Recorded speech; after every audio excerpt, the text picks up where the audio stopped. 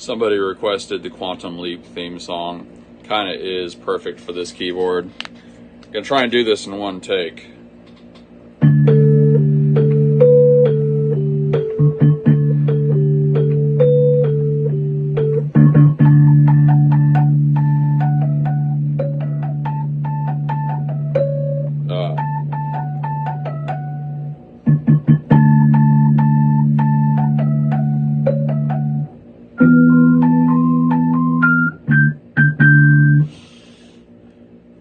I'm leaving the mistake in there. Welcome to my Saturday. I have not yet looked at the state of the nut. Hopefully we will not have to make any more tough nut to crack jokes. Oh, I think it's gonna print. I cut it a little close on the filament though. Time to put a new spool on that bad boy. You know, this is an opportunity to talk about something I haven't discussed. If I have a very, very high priority order, like the Miss Massachusetts thing, what I will do is I will only use spools that have successfully printed something. In this case, a kitty cat with the balls. So, you know, when you make your own filament, even if you're pretty good at it, you're gonna have spools that mess up or you didn't check enough or something, you know, the diameters. And I know this because when I was doing the recycling thing, I was in talks with a professional filament maker in Houston because I was going to be using their scrap to recycle. And they had spools and stuff that messed up. They used to grade them like A, B, C. So even the pros, you know, get stuff wrong. And anyway, basically the moral of the story is we're taking this spool because I am sick and tired of that hex nut not getting printed right. Bam, there we go. I'm not gonna make too many puns about this. The rest of the morning roundup, chess night. It is chess night and I'm feeling right. Guitar Octo Part 1, Guitar Octo Part 2. You already know, kitty cat. Yup, Sharko got done. Got another Sharko, and this is a new design and slice.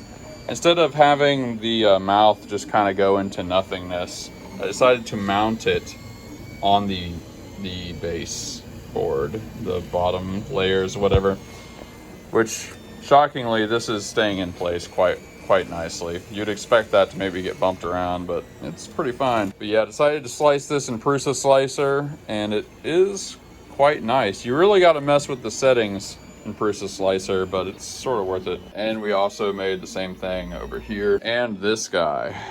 I decided to try to print something with a smaller footprint. And that didn't work. It got shifted. Now, I know what you're thinking. This is squeaking, and that's probably a bad thing. Yeah. I figured out that I do not think the squeaking is a tension thing. I think it's the actual parts. So I think we're going to replace this. This does not vibrate when it squeaks, whereas this does. So I think we're just gonna have to put in a new pulley and stuff like here. I do have some extra bits like this. I think literally it's just coming down to that. And of course we've got our big Sunset Octo. I also printed this in Prusa Slicer because it comes out stringy. And it did come out less stringy. Not perfect, but slightly better. We're getting into some cool stuff today. The orange fries will be done, are done. We just have to unwrap them.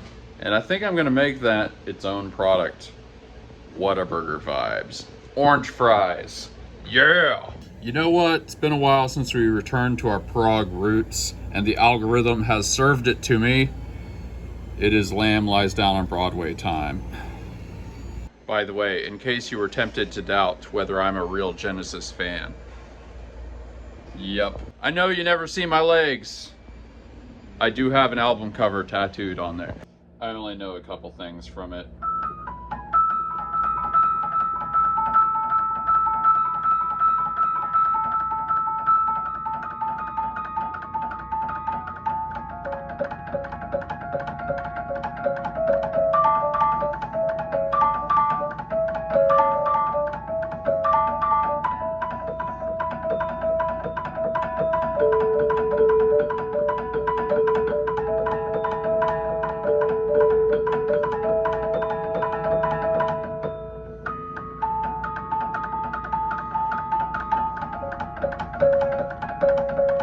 If you've never listened to The Lamb Lies Down on Broadway, I definitely recommend that. Oh, the pumping's nearly over for my sweetheart. Let's see if they took the packages today, and they did. We have some gargoyle guitar knobs to make, and I think we're gonna really try to start delegating the small stuff to the Ender. He needs something to do, you know? You gotta keep the troubled youth off the streets. We got all the elves building toys. I think it's time to do something we ain't done in a while. That's right, it's coffee time. And it's not just coffee time, it's fancy coffee time. We've got a decent amount of battery on the Seg, so I think we're gonna cut through campus just for fun. Beautiful.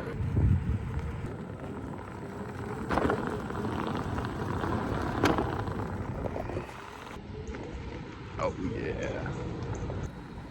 Fun fact, taking the Segway makes you look about 15 years younger. A lot of the students are coming back.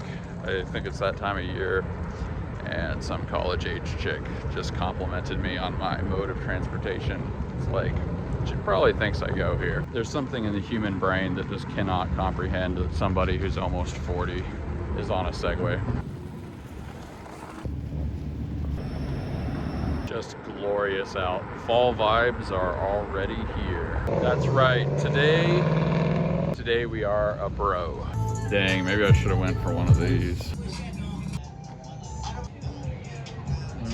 Not gonna lie, this is really, really good. It's like an Irish cream kind of thing. Crazy thing, they can make it sugar-free too. Part of me really doesn't trust it. It just doesn't seem like something this good could actually not have sugar in it. This is what it looks like when the students are coming in. Just lined with cars, just so many. They have this old stone fort. I should read the placards sometime just so I know what this is about. It's really nice to have some good scenery just to segue around kind of whenever I want. Giant inflatable chair because why not?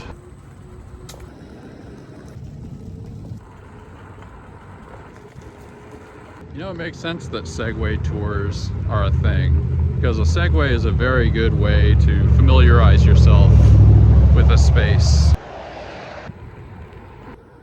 Nature.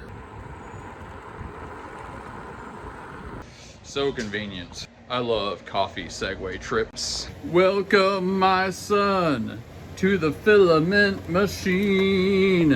This is the process for taking last night's spool off the spooler. Crappy tutorials. And you're done. There's this guy in town that got really, really famous, or he had a couple of very viral videos in the early days of YouTube, and he's always chasing that early YouTube fame. And so he makes tutorials for everything you could imagine, but like just dumb stuff. Like, here's how you hang a hook for your coat on the wall. Here's how you organize your sock drawer. That actually is a pretty good one, and that isn't one of his. I just came up with that. It was actually a reference to a Garfield cartoon. I always keep the thing rotating when the extruder is heating up, because this doesn't make a sound, but that does. And I need to know auditorially that this thing is heating up, because it's bad if you just let it heat up and heat up and heat up and heat up. This is fun. The entire desktop version of Etsy, none of the pages are working at all. Everything I click on gives me this.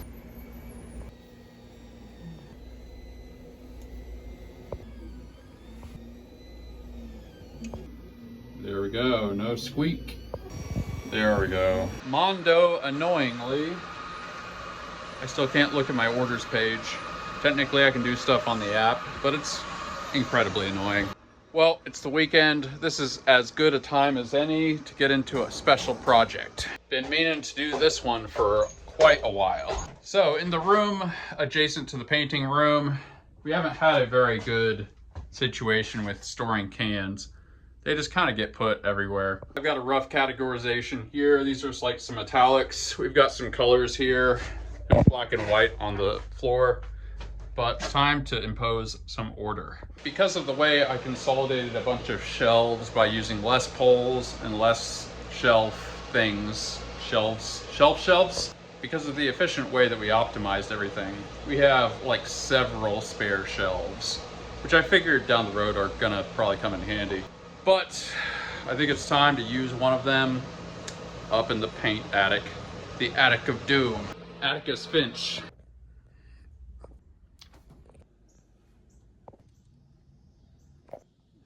I used the crappiest shelf because it's gonna get dirty.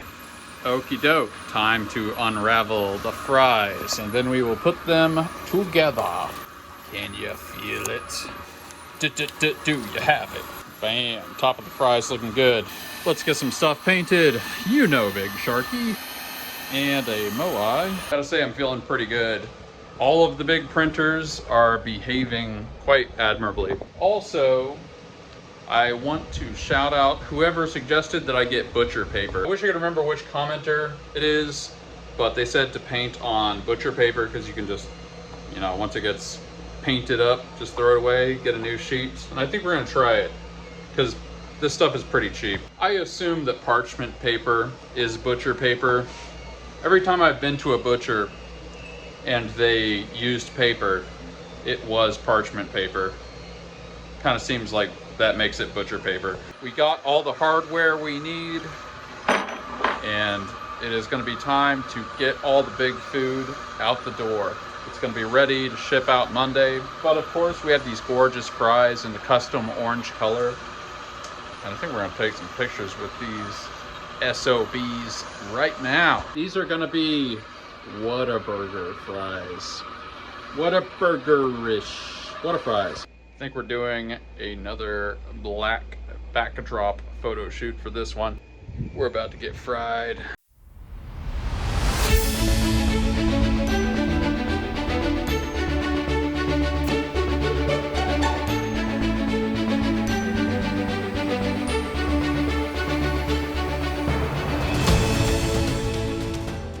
It's a miracle. The Etsy site is back up. I'd show you, but customer info. I've been making a point to make sure we add the logo on some of the big food stuff. I think it really does make it kind of look more legit. We went a little late today, but I really wanted to get this guy on the board, and we are at 3 effing products for the week. Did a lot of keyword stuff for this guy being me. I think Whataburger fries actually have the white stripes in them, but you know, close enough. There's gotta be some Texans that just look at this and they're like, take me home. And there we go, baby. Oh man. Another solid day on the books. Chihuahua of the day.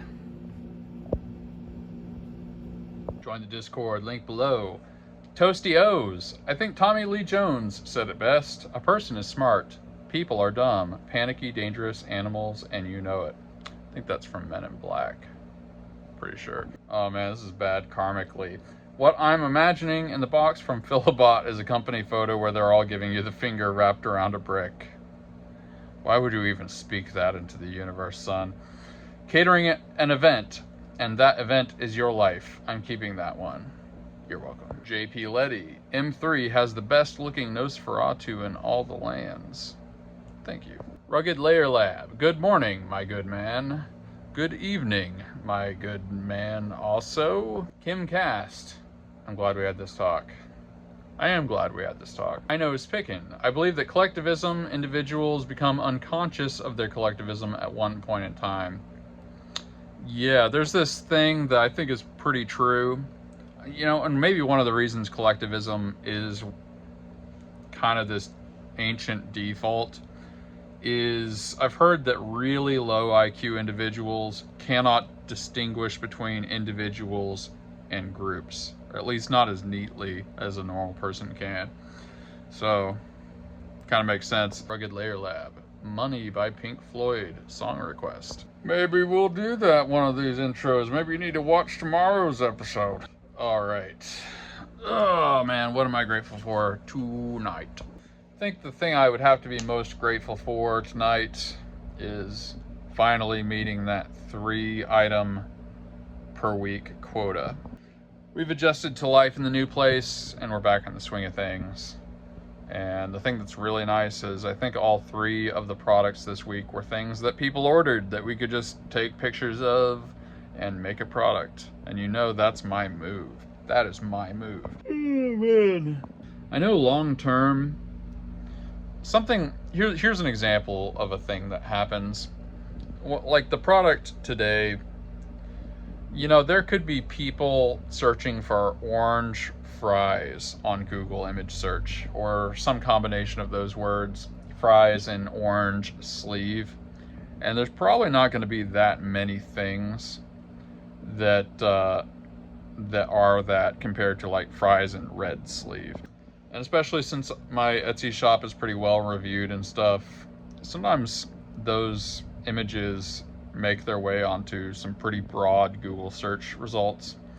I never asked her, but I imagine that's probably how Miss America or Mrs. Massachusetts found the donut prop. Actually, she never said that she found my donut prop, but I'm just assuming she Googled like giant donut or something and probably saw my picture and just thought, I bet that guy could make some stuff for me. So yeah, that's something to think about when you're doing products. It takes a long time for images to propagate to these search engines, but it can be very long lasting. Like after I lost the legal battle with the hands on the wall, they still showed up in Google image searches like for a super long time. Like I almost think if I looked for them now, I would still find them. Okay, just out of curiosity, I decided to search for them. Original listing does not show up, but this does show up, and this is a thing on Pinterest. This would be a person that bought from me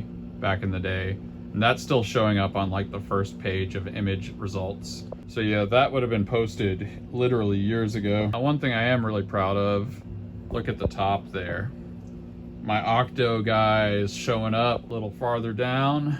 Haha, will you look at that right there. Here's an interesting thing. This is an article that was written about my hand products back in the day. I don't even think I knew about this. This is from some site called Gadget Sin, I guess. And yeah, they wrote a whole thing about my hands from back in the day.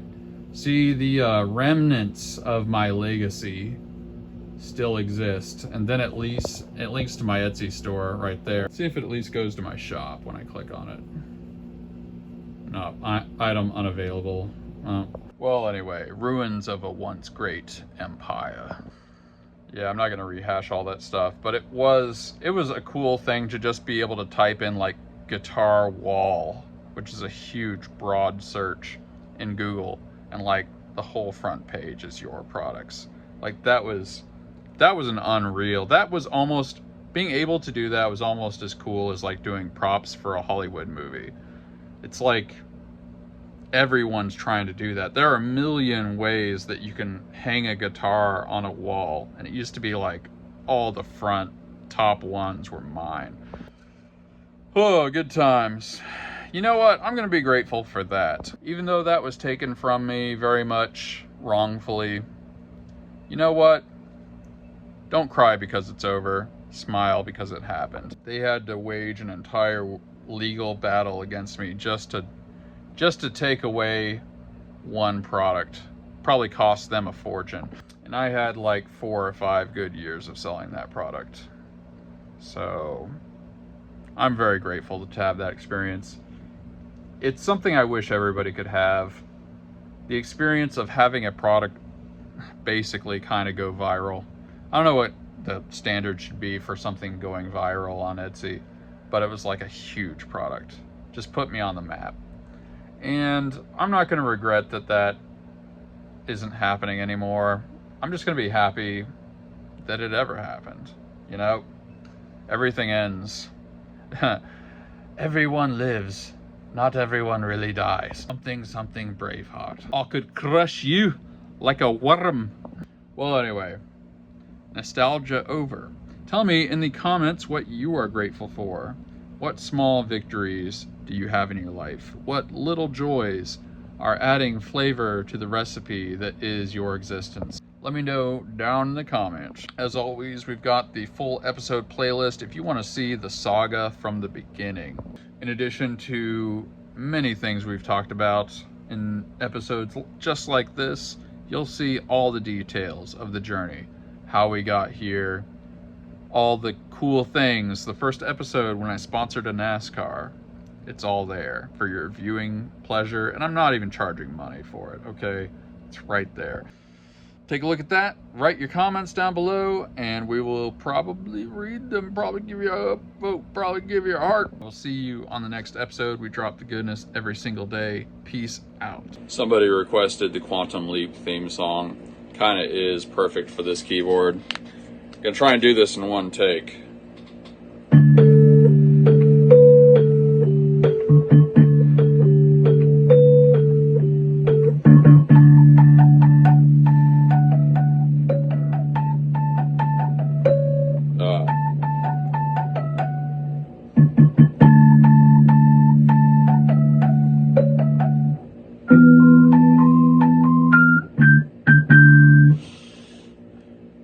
I'm leaving the mistake in there.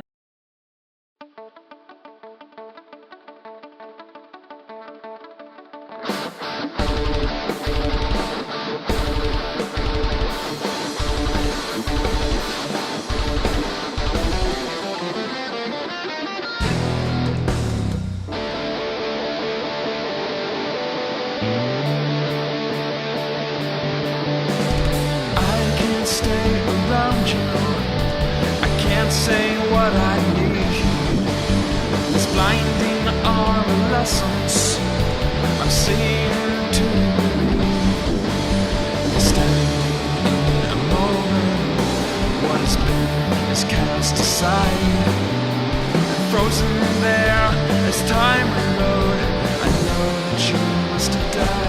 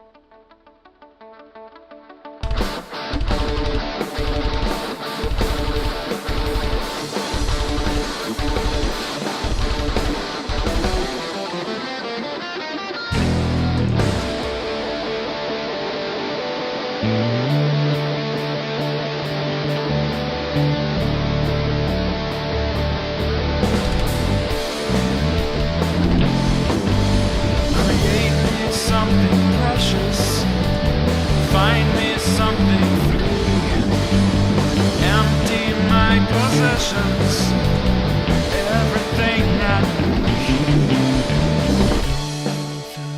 Emotions, and we're all going to die. So leave me something precious, another sunlight.